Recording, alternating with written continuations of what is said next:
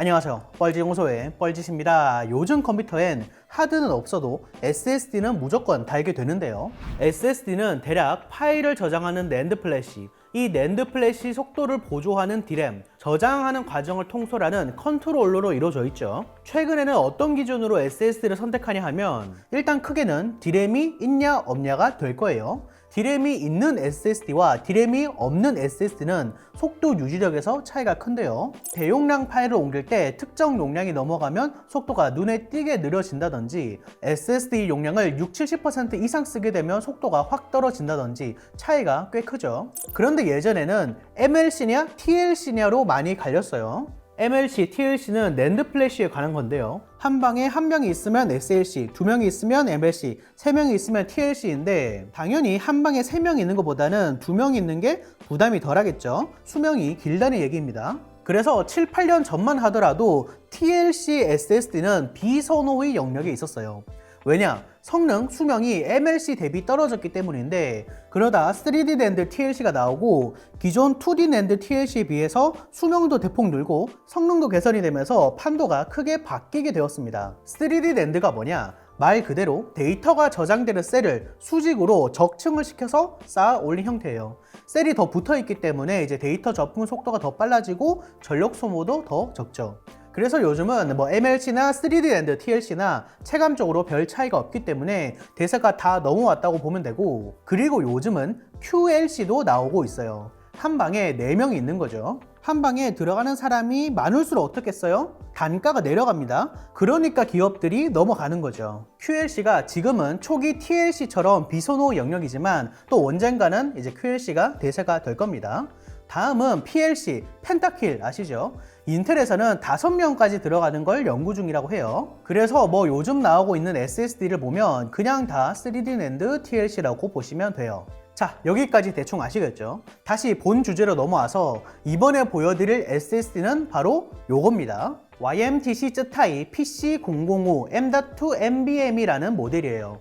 국내에서 6만원 정도에 팔고 있고요. 여기 한자부터 되게 중국스러운데 YMTC 양쯔 메모리입니다. 여기가 어디냐? 칭화윤희 자회사예요. 칭화윤희에 대해서는 지난번에 자세히 말한 적이 있으니까 여기 영상 참고하시고요. 여기도 보시면 YMTC 3D 낸드라고 적혀 있고요. 뒷면에는 뭐 그렇게 큰 내용은 없습니다. 일단 전체적으로 여기 보시면 이런 한자 같은 것들, 이런 거 국내에 낼 때 약간 좀 신경을 써서 내주지. 와중에 또 서포트 전화번호는 한국 02로 돼 있다? 뭐 어쨌든 한번 뜯어보도록 합시다. 사실 제가 잠깐 미리 살펴봤는데 일단 안쪽에 뭐 사용 설명서 같은 게 있지만 여전히 여기에도 영어는 있다. 영어도 있고 뒤에는 중국어로 되어 있고요. SSD 본체를 보면 뭐 그냥 일반적인 M.2 SSD 모습을 하고 있죠. 뭐 PCB 기판이 검은색이라서 요거는 좋은 부분이네요. 대충 요 정도의 모습이라고 보시면 될 것 같고, 얘가 1테라 모델까지 있고요. 뒷면에는 아무것도 없는 대충 요 정도 느낌이네요. 일단 겉모습은 뭐 크게 특이한 게 없어요. 일단 요 스티커를 뜯어가지고 한번 안에 어떻게 구성되어 있는지 그것도 살펴봅시다.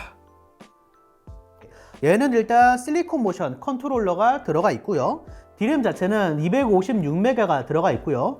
야, 난야가 요즘도 들어가네요. 그리고 여기 양쯔 메모리 낸드 같은 경우에는 이렇게 이게 잘 보실지 모르겠지만 로고가 이런 식으로 그려져 있습니다. 아마 이게 Y랑 M 뭐 그런 게 아닐까 싶어요.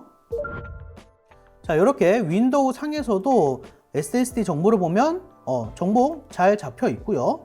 기능 같은 경우에도 스마트, 트림 뭐 요 정도로 시스템적으로 봤을 때 뭐 크게 이상한 거 없이 일반적인 SSD로 보여요.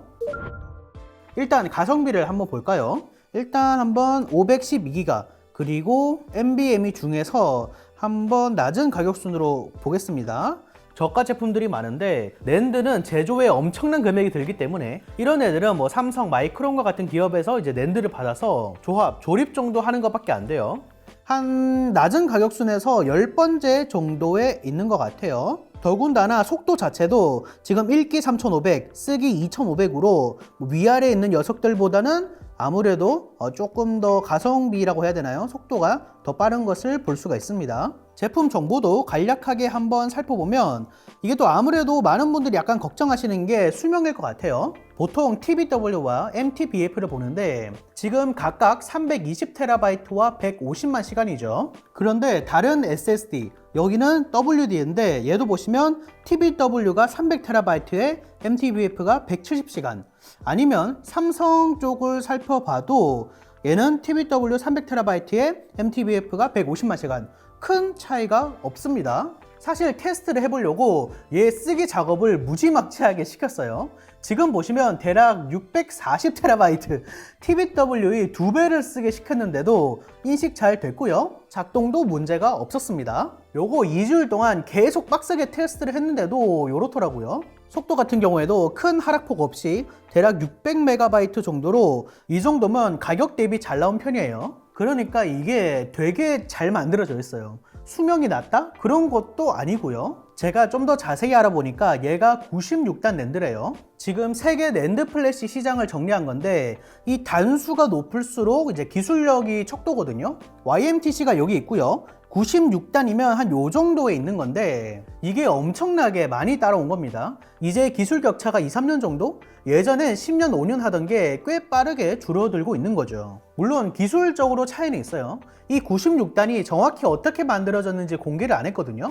하이닉스 같은 경우에는 이 176단을 88단을 2개 더블 스택을 이용해서 만들었는데 삼성은 128단까지 싱글 스택이고 더블 스택을 이용하면 256단까지 가능하다고 하죠. 이런 데서 기술력 차이가 있긴 해요. 세계 시장 점유율을 보면 지금 하이닉스의 인텔 낸드 플래시 부분 인수가 거의 막바지고 키옥시아는 도시바가 이름을 바꾼 겁니다. 삼성이 1등이죠. 이게 거의 20년 동안을 삼성이 1등 해왔는데 이 1.8%의 기타가 파이를 점점 잡아먹는다는 거예요.